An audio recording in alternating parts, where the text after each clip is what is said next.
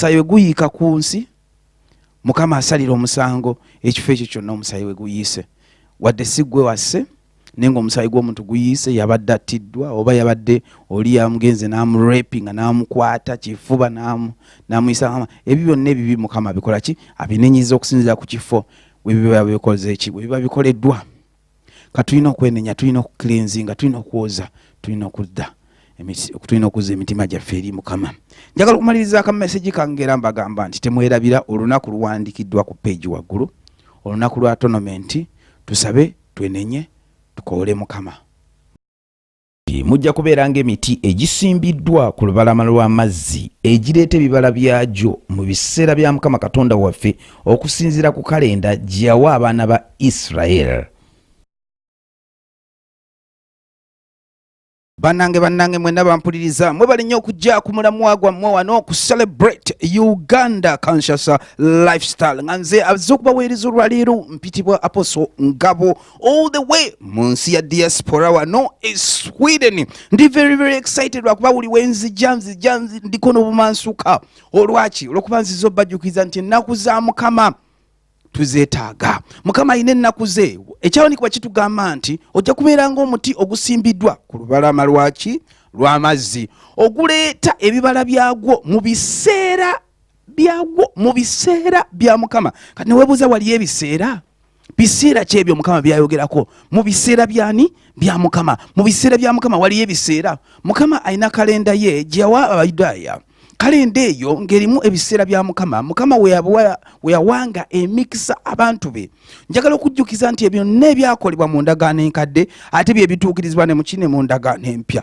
Tujjukira nti ekiseera Mukama waffe kye yafiiramu kyali kiseera kya Mukama tiyafiira mu biseera bye yajja n'afiira mu kiseera ekyo kyennyini. Tujjukira nti mu kiseera ekyo kyennyini mu ndagaano enkadde ekyawandiikibwa kigenda n'ekitugamba nti mu kiseera ekyo yabagamba muleete akaliga akato mukatte omusaayi gunaakavaamu mukole ki mugusiige ku nzigi zammwe.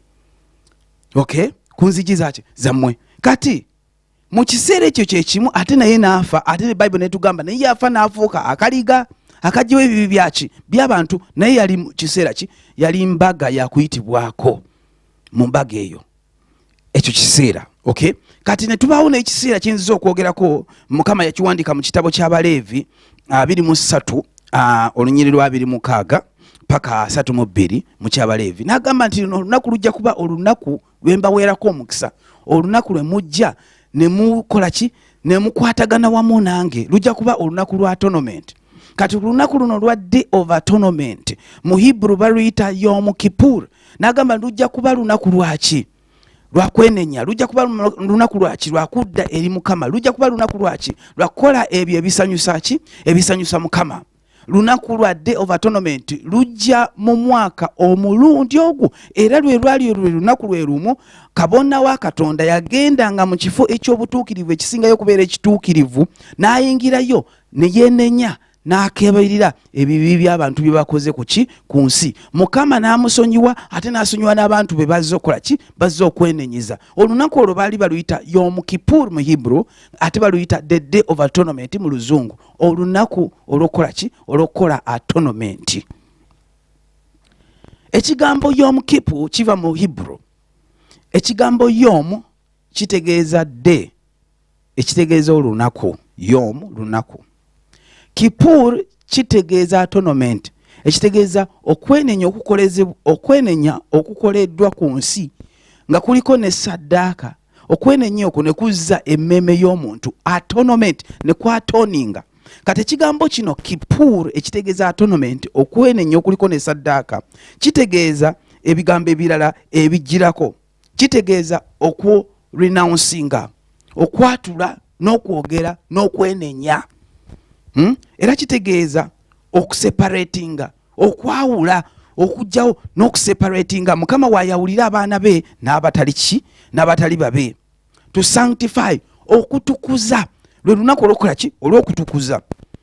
To make holy okufuula omutuukirivu okufuula omutuukirivu. Olunaku olwo Kippur ekigambo Kippur okiraba bwe kyexpandinga mu Hebrew kiina layers kiina embala layers obanziyise ntya kina layers ey'ebigambo. Okay, to exclude from judgment, okwawula okuva ku kusalibwa kw'omusango Mukama kwasalira emisango gyonna. Jjukira nti luno olunaku lwa Yom Kippur, lunaku lwa kusalirako misango, naye si ako n'akamenya kamale wano. To make covenant, okola endagaano. Lunaku lwakola ki? Lwa kuyingira mu ndagaano. To make a covenant, to make peace with God, okuyingira mu ddembe ne Katonda. Kati olunaku luno olwa atonement lwe lwali olunaku Mukama yatonda Adamu n'amufuuwamu emmeeme y'obulamu. Ekyawandiikibwa kiri mu Genesis olubereberye 2 olunyiriri 8. Wamala omufuuwamu omuka gw'obulamu, Mukama n'asimba olusuku lwe bayita Eden. Wamala okusimba olusuku lwe bayita Eden, n'akolamu ebintu bingi nnyo, n'assaamu emiti mingi egy'okulya n'ebibala ebyokulya, n'amugamba byonna ojja kulya bibyo.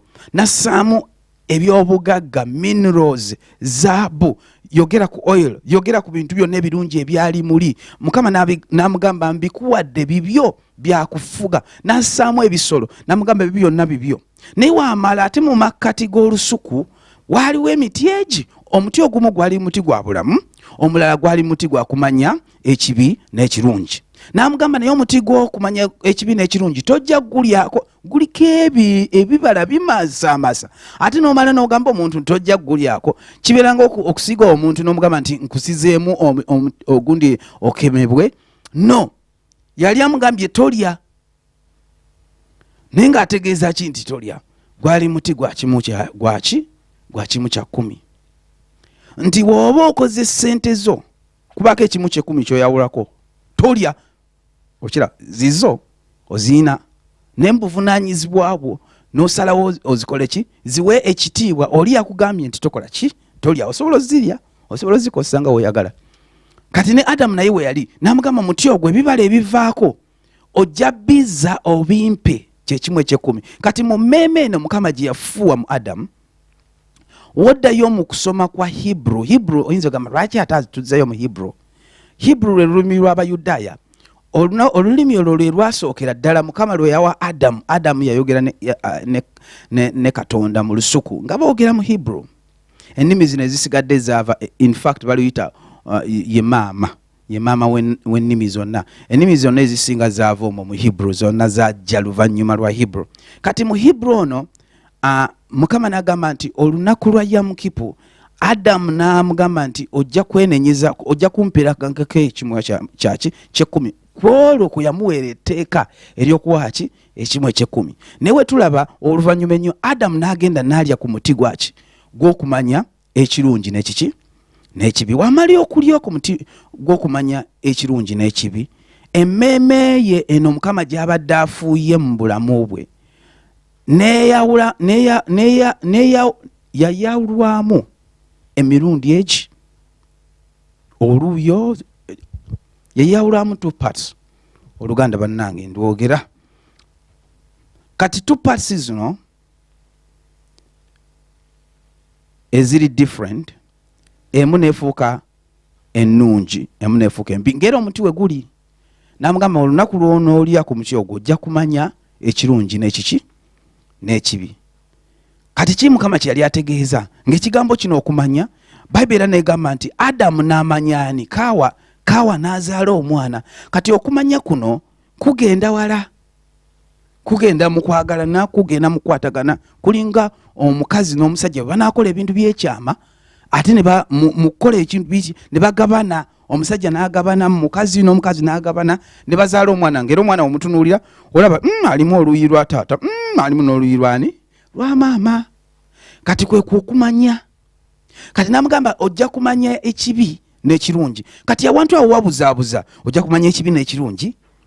Yali tamanyi kibi na kirungi. Kakati kikino kyategeeza ojja kumanya ekibi n'ekirungi. Jjukira baali baki? Baali balungi. Naye we baalya ku muti gw'okumanya ekibi n'ekirungi ne batandika okumanya ki? Ekibi. Kati ne batandika ne wabeerawo okontana. Ekibi kino ne kikontana n'ekirungi. Ojja kumanya ekibi n'ekirungi. Abaana ba Adamu abaazaalwa ne tulaba Cain, Abel.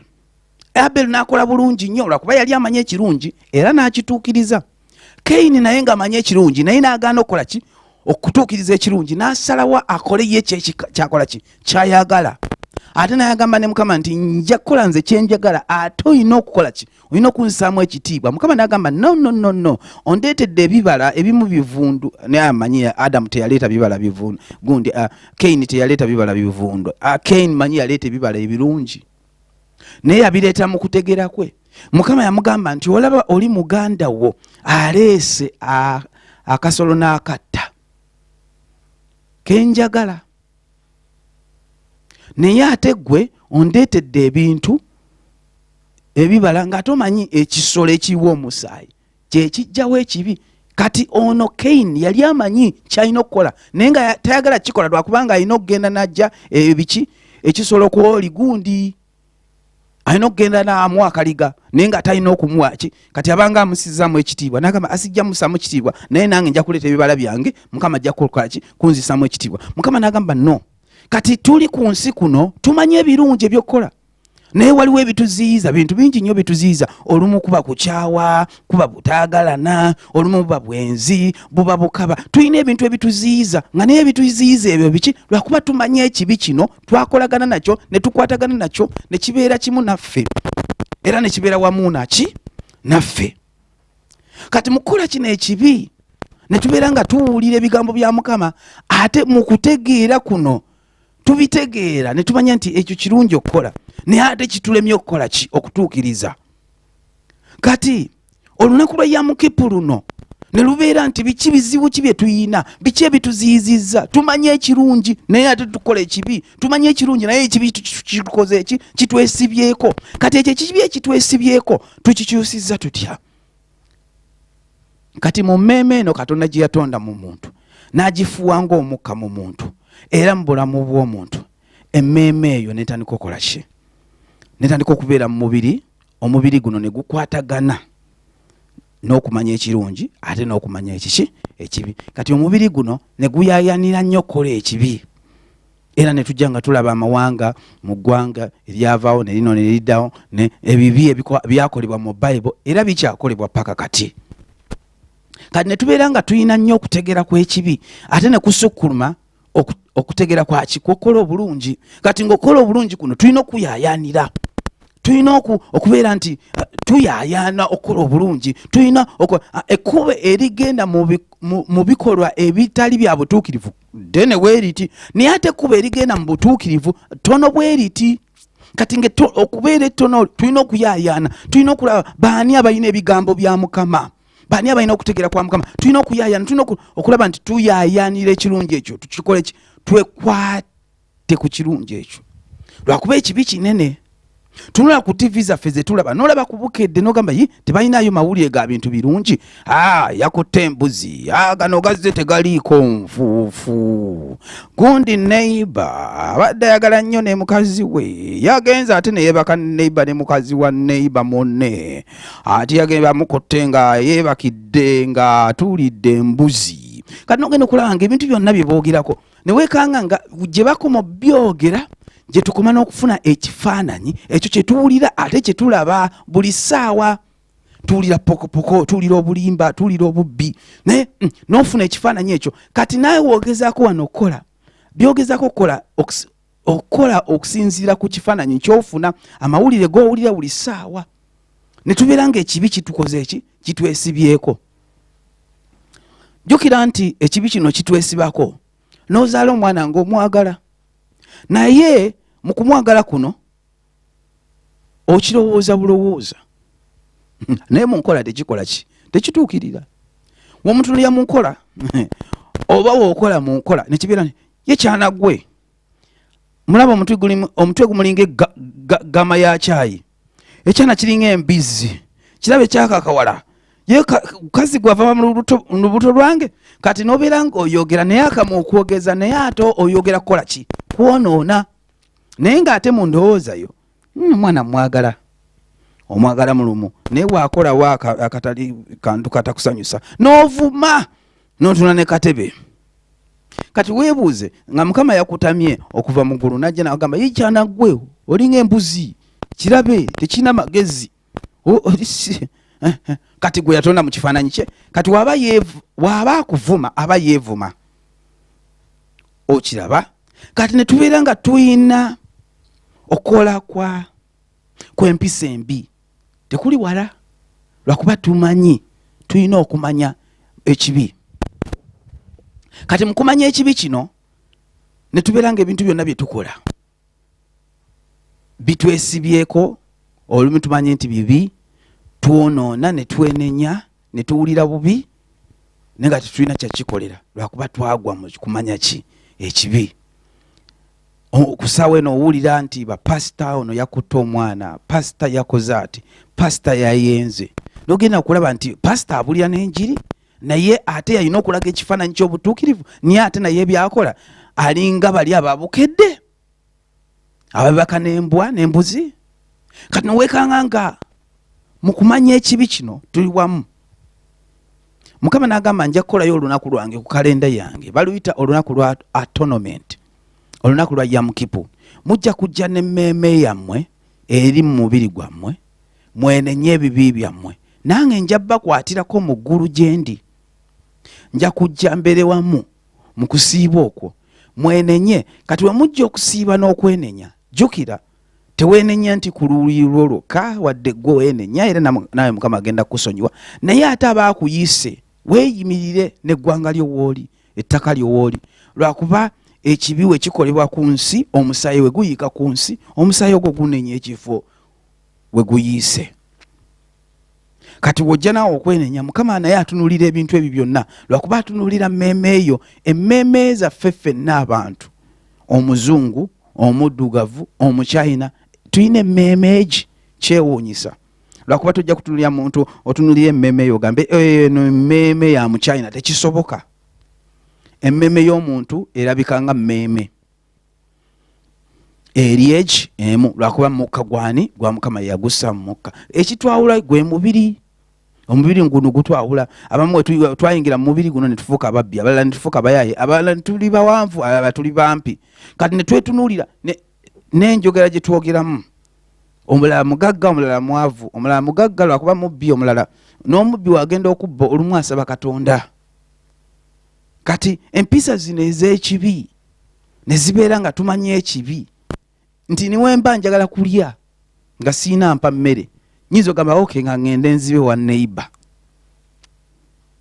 okiraba kati okumanya okwo ekibi ne kubeera nga tuwulira nnyo ekibi tulaba nnyo ekibi ate ne tukutuukiriza ki ekibi lwakuba ge magezi ge tukola ki ge tulina bakuyita okupangapanga tupangapanga bupanzipanzi wetandika okusoma Bible ne Bible ne tugisoma tugamba ebyo ebyobutuukirivu byawandiikibwa n'esi byaffe byawano twakuwakuwa dda twawulira dda okiraba kati mukama n'agamba emmeeme yeeyisa emmeeme etuuse mu kifo weemanye ekibi weekwataganye n'ekibi okubeera ng'okukola obwenzi